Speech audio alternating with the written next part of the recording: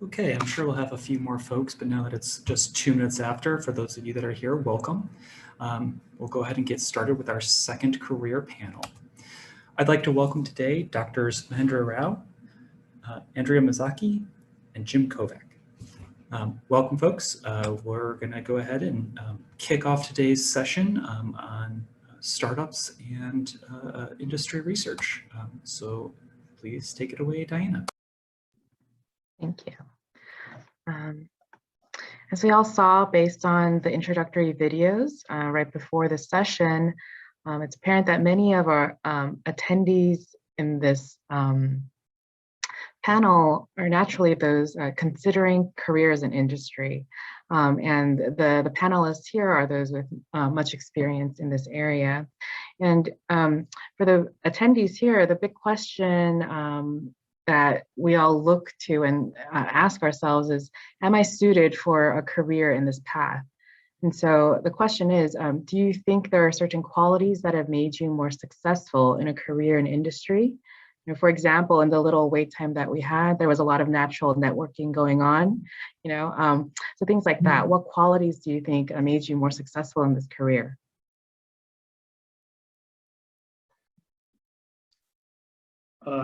Should we just, is there an order to answer it? I mean, I would, yeah, for me, it was, finding a skill set that was valuable to the kind of the process of starting a company and then growing a company, and then basically just really communicating that and try to build around that. I mean, for me, it was kind of my two degrees, and again, my medical degree was helpful, and then, but probably even more for biotech, honestly, with where I'm at now, was going to law school and learning about just kind of the general principles, many of which touch on starting a company, which would be intellectual property and investment, private placements, regulatory law, things like that are all kind of have a legal bent.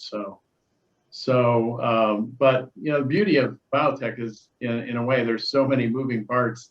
There are many areas along the value chain that you can identify, and really what drove me was what I was really interested in. That's kind of the take home.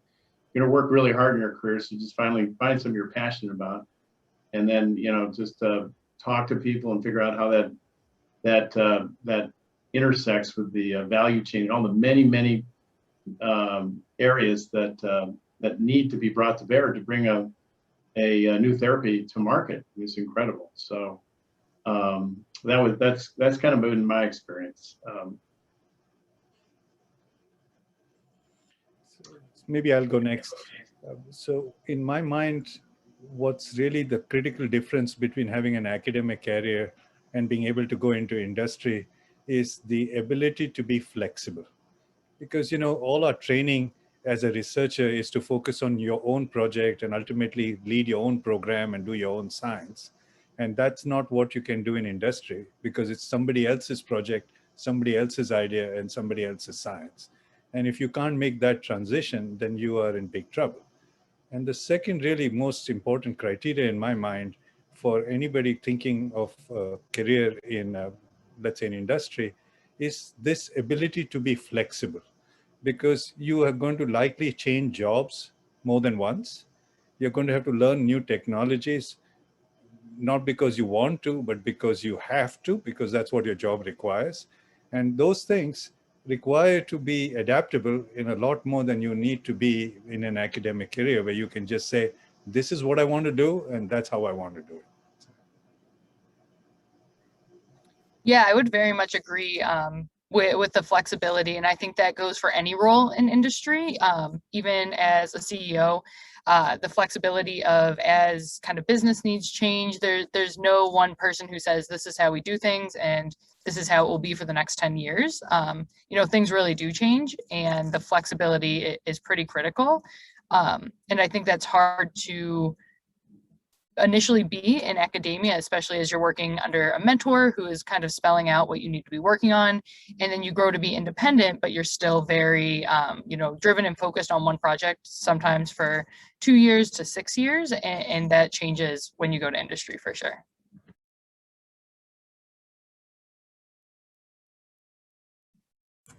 I would like to actually follow up on a little bit of that. So from each of you, could you touch on some of the ways that you're able to maintain that flexibility and resilience as your career starts to take shape and starts to face adversity? I'll let you guys go first this time. So I'll go first because, I've had this experience both in industry as well as in academia. I was a professor, so I had to do this sort of mind switch a lot more. And so as a CEO of a company, or when I've been managing people in a large corporation, the two things I have tried to do is say that everybody who joins needs to go through a basic training course and give them opportunities to learn on the job. And this is not just learning a skill set which is theoretical, right? So you need that as well. So you need to be aware of all of these things that are required that Jim talked about a little bit earlier, right? You have to know about patent law, you have to know about business, you have to know about, what are deals and what are deliverables, etc. But most importantly, somehow you have to keep up with new technology and new instrumentation and new devices. And so we had actually partnered with companies which provide this sort of training in lab courses. And so that's what I think is a very, very critical part of remaining flexible and also being able to do this. Now, big corporations offer this. So they often have internal universities to do that, so to speak. But if you work in a small biotech, they can't afford it. So you have to be self-driven in being able to get access to that kind of learning and training to be able to grow yourself, and that's a very, very important piece about staying flexible. And this is what we've tried to do to make sure that the people who work for us stay flexible and hireable rather than get obsolete.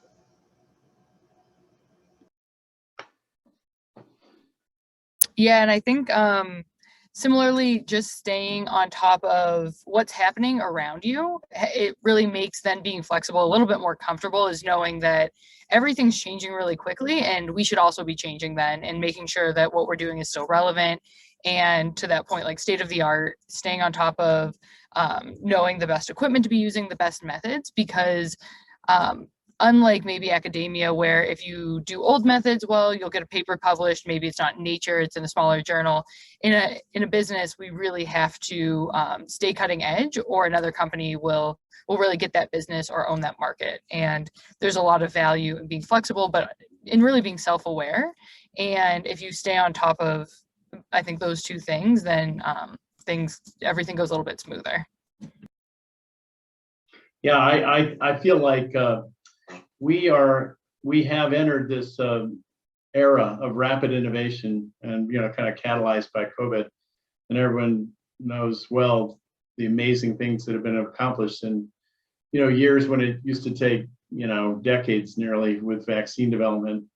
And I think that's just opened people's eyes, and it's the expectation now, which I think is the dawn of a new era for young trainees, like people in training that are going to go out and work for 30, 40 years. And so to me, how do you get it all done? Kind of what I've learned is there's a real power in the network. You try to find people smarter than yourself. And for me, there's many people. Mahendra is one of them. We used to work together at the Buck Institute. But then you have a network of colleagues and friends, but they're also content experts as well. So it allows you to basically kind of bridge that gap. On the flip side, there's I think the meetings we've learned with Zoom and everything are just it'll be interesting to predict the way of life in the future. But many times, unless meetings have a real defined purpose and a goal, they're really honestly a waste of time, in my view. This is just like my personal opinion. So really kind of focus on things that are going to basically get you knowledge. The saying is that I've used is, I don't need to know everything. In fact, I need to know very little. I need to know someone who knows, though, because then I'm just a phone call away. So that's a very powerful thing, and can hopefully be put into the put into the quiver, I guess, of the resources you have as you go out and succeed in your careers. So I don't know if I can take an extra couple of minutes to re-emphasize what Jim has said. I used to tell my students all the time that Google is your friend. And whenever I thought I had a great idea, I first typed that idea into Google, and 99.99% of the time, somebody else had already had the idea. They'd already tested it, and they told you why this was not the best idea, and this was an improved version of what you needed to do. And it saved me so much time and effort that I have to say that I tell my students that if you don't know how to search beyond the first page of Google, you're missing an important quality in life, right? And so that's a really, really important thing that you really want to keep in mind. And you can see information is now power, right? You have Andrea, she has a whole company which is based on being able to selectively mine information, right? And that's now become the cutting edge requirement for students, for anybody else, if they want to stay relevant. And so I would just say that's really, really important to what Jim said. The expert is always there, and there's always somebody who knows things better than you do. And you just can't be perfect in all of these things. So what you need to be able to do is to harness the power that's out there. Sorry, Jim, I just wanted to re-emphasize. No, because definitely, thank you. Point, so. That's a good observation about data science. When I was starting out, I graduated, entered the industry in 1990, graduated from Stanford Law School after the medical school. So it was basically, you kind of look and, reflecting out kind of what's going to be big. And it was kind of the dawn of, Genentech was probably 6-7 years old, and monoclonal antibodies had just been seen as something that could happen. But you kind of knew that protein therapeutics was kind of revolutionary. Amgen had just started, and 80, I guess. So it was still young though. And sure enough, I mean, we saw that those industries succeed. And now you look at this. I look at the same thing with data science. In terms of informatics and the impact it's going to have. Even on, if you could talk to Siemens, who you think is imaging, but their number one efforts around AI and machine learning. So it's a really kind of a fruitful area that we're seeing in the marketplace. A lot of investment, and so not that you have to be an expert in data science, but you just have to be able to couple whatever you're doing with some element of it, and then learn essentially. By experience. We at UC Davis, we're building an innovation district, and instead of doing kind of targeted education, we're doing lifelong learning. So essentially, expecting that individuals entering a career are going to basically be going to school in some way their entire careers is really what I kind of see as the future, and it's exciting because that in turn was going to create more offerings like Coursera on steroids and things like that, to where you can actually get exactly what you want, and as long as you have the commitment and the desire, you're going to have resources. So it's a really exciting time, I think, for people going into new positions.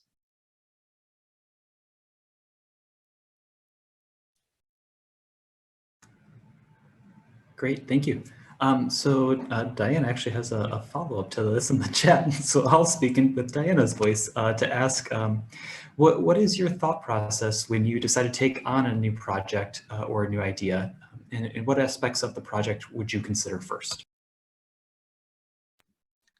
Yeah, I can start in saying that when we take on new projects, we really think about how they fit into our business, and we have to think about how well they fit who we are, as well as the market kind of need or demand.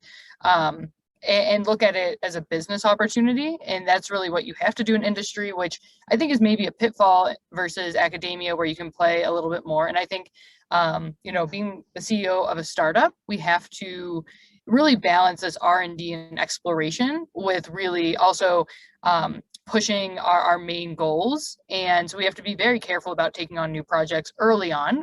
We just don't have the bandwidth, people-wise, technology-wise. So there's a lot of considerations into bringing something on, but mostly driven around the business. And will this be able to get us to the next big milestone, or change where our milestones are to ultimately, improve and drive and really grow the company. So just to add onto that, you know, it's many, if not everyone, have heard of this probably, but it's good to remind people about, you know, kind of the, it's one of the tenets of like Lean Launchpad, basically, and it goes to customer identification. If you're talking about a company, and why would the customer, no matter if you're a, you know, biotech that's still, you know, working on your product or whatever, you know, who's going to pay for it, and why do they have to have this? You know, why do they desperately need your product? Not because it's really interesting to work on scientifically and it's a cool project, but it's really kind of market demand wherever you're at. That actually should, in companies, be integral, and it's basically what Andrea was saying, is just a little bit different way, into taking on a particular project. You know, because it has to go in at the end of the day to making your company sustainable. And to do that, you need, you need customers and investment.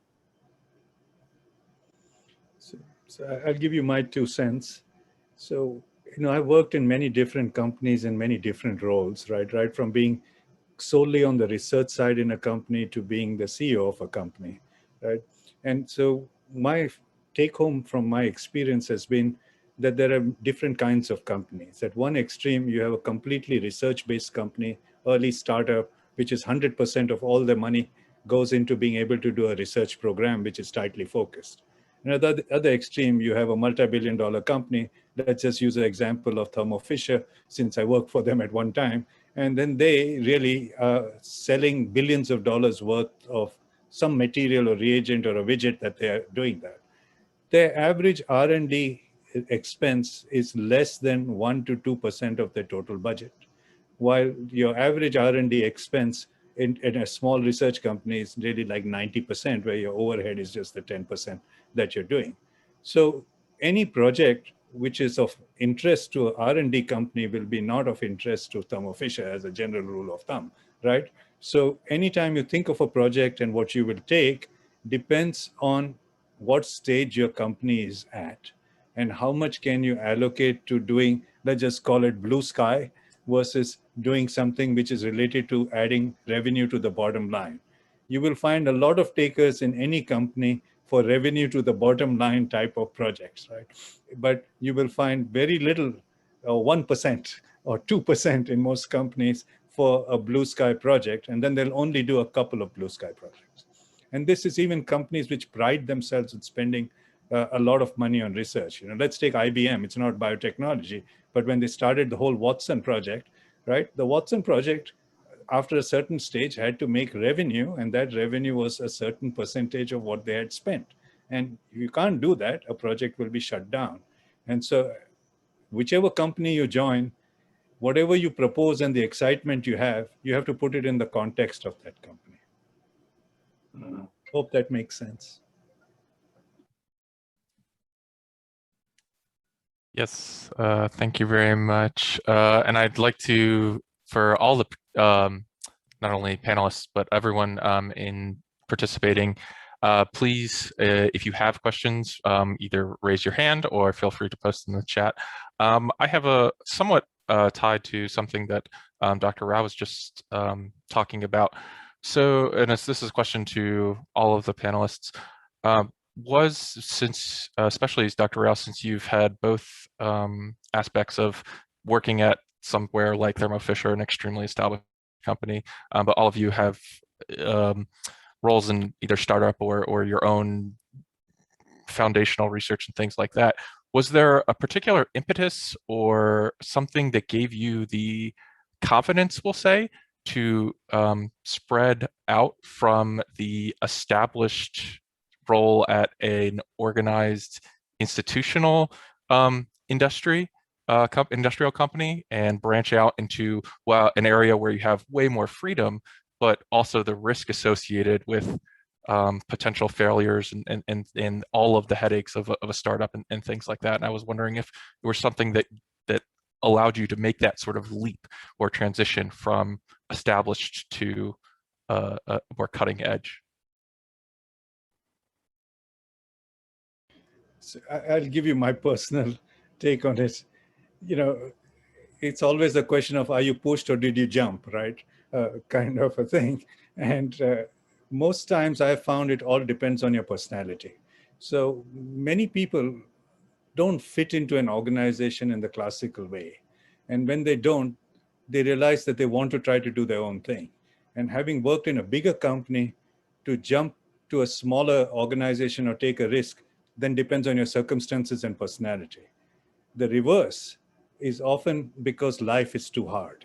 You know, working in a small startup and worrying about money and having to wear your hats and be able to do it all the time, and knowing because you have passion for this, and then having to sort of give up your passion, it's a time then security looks very attractive, right? And you always, when you worked in a small company, you're a very attractive hire for the big companies, to be honest. So it's easy for you to make the jump. So here you are looking at life being really tough.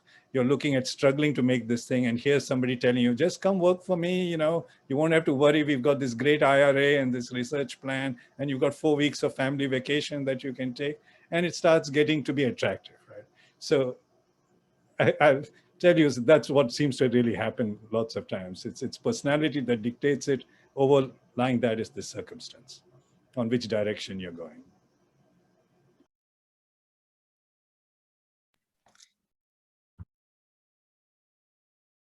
So in my case, my personality was such that I got impatient in a large organization. Yeah, I felt a little bit like that as an attorney in a large Palo Alto law firm, working with all these great companies, and not being able to be a part of it. That's really what kind of led me to take the leap, and with my first startup, and kind of never look back. I mean, I'm back in academia now, but it's just a vantage point of working with our own spinouts. So not as directly as much, but yeah, I think to me it was a big decision, because you're leaving kind of a really insulated, structured, profitable, I mean, attorneys they make a lot of money environment to kind of go into the unknown. But by the time I did it, I knew who I was, and it's something that you either do or you miss the opportunity and never get it back again. So what they call it, the road not taken, which is actually not the right poem, because it's kind of a sad poem, because it makes you think you took the wrong road. But Whitman, there's something in there about choices. And they're facing everyone's a kind of a product of their choice. So you have to look at the industry, what it's doing, the people involved, the stuff you'd be doing. One thing I wouldn't be worried about is, will there be another job? To Mahendra's point and Andrea's, like, if you work hard, you're talented in this area, in life sciences and biotech, for the next 5-10 years, it's going to be boom times. So just get out there and trust your instincts and really do what you're passionate about. Yeah, I think all of the points both of you have made are really true, and I think it's a little bit of personality, a lot of jumping, not so much pushing, and really taking advantage of the right timing. And so I think that's all of those things lined up really well for me. And also, I think you have to really enjoy challenges. And and not really knowing where you're headed when it comes to the startup. And I don't think everybody does really love those things. And if you do, I think starting a company or working at a small company will be amazing. You know, learning so much every day and coming right from a PhD to starting my own company really didn't miss a step there, and going from a high learning environment to another high learning environment. And really exciting, but definitely takes a personality that's ready for a lot of challenges every day. So I see one more question in the chat room, and maybe I can take a stab at answering that. So, what I learned was that, and really to what you heard from the other speakers, was that really the first job from academia to industry is the hardest job to get. Once you are in the system, you might change jobs very often, but as you heard earlier, it's more because you decided to, jump rather than you were pushed to be able to do that. So your second job, your third job, your fourth job, even if the company goes bankrupt, whatever, it's not that difficult to get. So everything for you is to really make that decision on your first job and make sure that you've done the right things to get that first job, right? And that's where you heard a little bit earlier about you need to network, you need to know what people are hiring and what they're hiring. And this is one very important sort of take home I want to give people, because this has been my experience with a lot of people that I've hired. In academia, a hiring process takes a year, right? Generally, whether it's your postdoc or you're getting to be a young professor, etc. In industry, you need to be ready to accept the job with 2 weeks notice, right? And that's a really, really critical difference, which for your first job, people don't realize. I've had great candidates who come to me and I've said, look, I'm ready to have you start. When can you start? And they say, well, it's 6 months from now. 6 months from now, there will be no job. I'm telling you, because I have to hire today, right?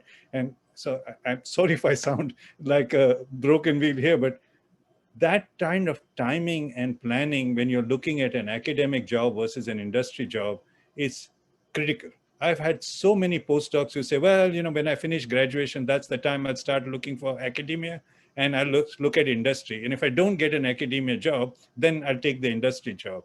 But I'm going to tell you, you're good enough to get a job in both places, but you can't do it at the same time, so you just have to figure that out. So for whoever asked that question, I hope it answered it. So. I think that seemed extremely thorough. Thank you. I actually had a question that follows up on a few things that what each one of you were saying earlier. So you all spoke significantly about picking up a lot of skills about the business side of a company rather than, right, what, for example, I am being trained for of the science side of the company. So a couple of questions related to that. Number one, how did each of you learn more of these business skills in order to work for or run a company? And then number two, is there something that you look for in your candidates, especially if they're coming right out of academia, something that those students should be preparing to do or learning right now? I can go ahead and start. So I had no business background. In undergrad and graduate school, had never taken one entrepreneurship class. But I think to the point of Jim with mentorship, so just like in academia, I really found other great people in business that have either been CEOs, have gone through startups, to really interact with them. And they're so willing to help others because they know how hard it can be kind of starting from the bottom. And then I also early on with the company participated in a startup incubator. It was called Y Combinator, and it is an SF-based incubator. So it was really able to give us a quick crash course in how to run a company. And that was really invaluable when it comes to things like becoming a Delaware C Corp, to understanding how to have safes for our investment, and just what to watch out for, because those are things that you're never really trained for. And I don't know if those things are trained in a class either. But having a great network, strong mentors, and finding the right places that have those resources has been really invaluable. And so what I would suggest to students maybe interested in working at startups, at least from my perspective in the hiring we've been doing is if you're really driven and excited about the science, become a really good scientist, because these companies, my company is looking for amazing scientists. And I love doing science. I love every part of what we're working on, but I don't get to be a scientist very often. But if you want to work at a startup, figure out where you would, what do you want to be doing there, and get really good at it.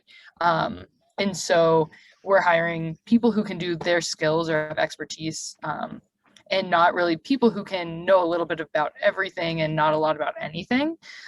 We really need experts, and when we're bigger, then we can start to hire more of those jack of all trades. But you know, coming right out of school, be an expert in something, because the jack of all trades, we're ultimately hiring people who have been in industry for many, many decades, because they've become experts in a lot of those areas. So yeah, you know, really follow your passion, and I think you'll find a company that needs the skills that your passion aligns with.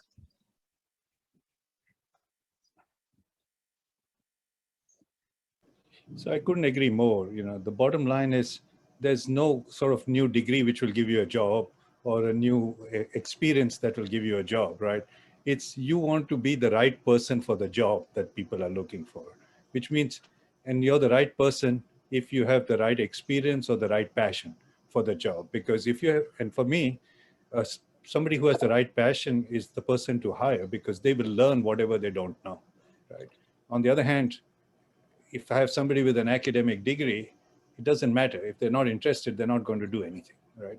Which will work out. So that's what you want to really look at, is find the right job which excites you. And if that really excites you and you convey that in a job interview, you will be the person who will be hired.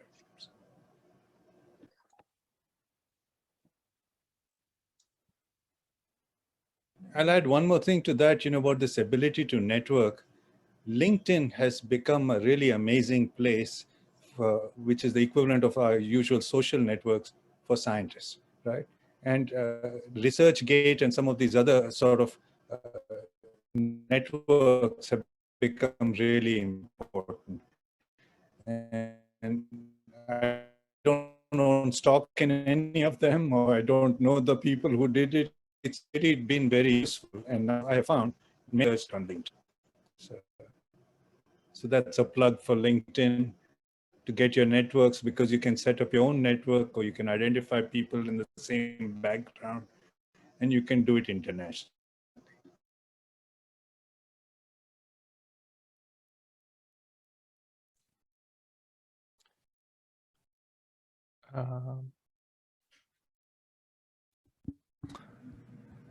Great, thank you. I'll also ask our participants as well. I feel like we've Yeah, been fielding a lot of the I don't want questions, to and I'm hog excited. all of the Yeah. questions. Please, like I said, feel free to type any more in the chat or raise your hand. I guess I have a little bit of another question tied to that initial sort of first job out of academia / first job out of whether it be a postdoc or even just directly out of grad school or something like that. So besides demonstrating your passion for a particular area, especially when you're just sort of starting out and you've just spent, whether it be 5 years or so, writing a dissertation on a very specific topic that you may or may not see yourself in long term, and you're still trying to figure out where you want to eventually see your career, or what ends up being the next 30 to 40 years of your life. Is there any particular advice that you'd give to these young, hopefully young, soon-to-be professionals on the areas of, one, trying to help isolate that if you don't have a particular passion in mind, or other than a direct sort of a direct field of study, or but while at the same time maintaining your ability to be an applicant that is very competitive within an already extremely competitive field, especially without that initial experience underneath your belt?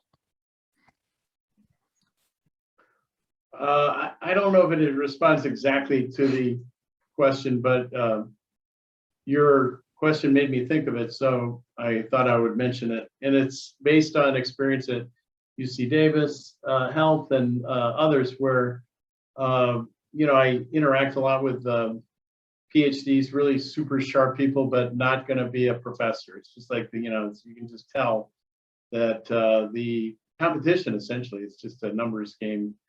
Brilliant people that now are basically kind of looking at careers. And we've talked a lot about startups, and that's a very, very logical one. But one in my experience that I've had several, I wouldn't say many, but several, just, hey, you should look out this area, those being patents. This is for PhDs. You go to a law firm and you need technical expertise to write a patent. It's a long story in terms of how you do it, but it's an area that you don't need to go to law school. You can be a patent agent, work for a firm, and have a dynamite practice. And it's technical too. So I've had many people say, really, I love being. Thank you for telling me I should look into this. And the other is regulatory. If you look at bodies like the FDA, constantly losing people to industry. So it's a portal essentially to industry, but then again, you're leveraging a PhD in a technical area, a lot of rules and regulations relating to, federal either clearance or approval of devices and drugs. And then lo and behold, you built that into your skill base, and then now your company needs someone with regulatory. So just a couple of things to think about in terms of if people are kind of looking for a path but don't want to immediately go to a startup. There's been a lot of personal kind of good experience, from colleagues and friends I've had that have had PhDs. And so I would say similar to that, think about what you really enjoy doing. So not necessarily, I love stem cells or oncology. Think about, do you love working on one thing for a really long time and staying really focused? Are you more of a multitasker? Do you love the academic, do you love writing papers and don't love actually doing the bench work? Identify what you enjoy, even if it's unrelated to what topic it is, and then find jobs that will really allow you to do those things. So when work gets tough, you can at least say, well, I love pipetting maybe, and I love working at the bench, and I'm glad that I at least get to do this every day, even if other times things are hard. So, not just passion, but actual skill sets that you enjoy using, even if they aren't the best or your strongest skill set, if you really enjoy those, to keep that in mind. And then one thing I've noticed in our applicants coming out of academia is you really have to remember who your audience is. And I think that's something that gets lost in a lot of applications. One key part of our application process for PhD level applicants is a presentation. And you have to remember that we're a company and we're not in academia. This is not a lab meeting, and that you need to create a scope. We haven't been following your research for weeks. You have to show that you're able to prioritize, cover something very quickly while giving us relevant background. And then also outside of those presentations and conversation, be able to show us that you don't get necessarily stuck on something, and that you understand when projects get reprioritized, or you might not get to drive the project that you love the most and have to do something else.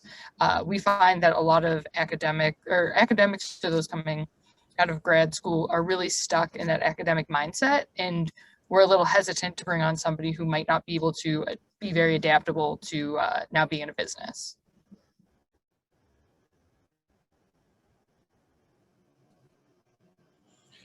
So if I'm going to give some advice, you asked about student the first job, being able to do it, and I'm going to give this from two background experiences that I've had. One, I have two kids, two boys, both of them at the age where they're looking for jobs at this stage, and they've been successful. So I asked them. Neither of them does biology, but both of them are in the sort of software industry. And I asked them, how did you get a job? And what did you do to figure it out? And the first thing they said was, Dad, it's the schools which are really critical for you because they help arrange job fairs and introductions and so on. The first and most important thing for all of you out there is to take advantage of what's available to you from your university or school for your first job, right? And you have to have the passion, you have to have drive, and you have to make sure, but the school helps place you to being able to do that. Schools offer an opportunity to do internships with some programs, and almost all the major universities in the United States actually have that as an option as part of their PhD programs or part of their graduate training program. So take advantage of the existing things that are there. The second biggest thing, which is an extension of what you heard from Andrea, is the following. Most people come to the interview process wanting to tell you about themselves. But what a company wants to know really is what can you do for them? So if you don't know what the company does, you don't know what problem it's looking for, and you have no idea why they want a person with your skill sets, and you don't present that in any way, shape, or form, the chances of your being hired are much lower than that of anybody else who comes in. So research the job that you're going to go in for and make sure that your talk is directed at what that job description was. If you can't do that yourself, put it on a slide. This is what the job ad said. This is what I'm presenting to you related to that job ad. It doesn't matter if you had a paper in Nature. If that's irrelevant, then all you want to be able to say about that paper in Nature is no details, but that it shows my ability to do science, right? That's the stamp of approval that you've got. So to me, this is the single biggest failing when a lot of students come in as a practical thing that you need to do. You have to sell yourself, and you have to know what people want to buy, because you can't sell unless you know what they want to buy. So better do that kind of research, make sure that you know what the company wants, and then tell them why you are the guy or the girl who's going to be the one who will make sure that they can fill that need. That's a really, really important piece to be able to do it. So if you do that, and then research competition, because you have to know that you are important and that you have passion for something. And there are not just one company that's going to hire you. There might be many other companies which are looking for somebody similar. So even if they don't have a job, if you know that your skill sets fit a company, go out and call them.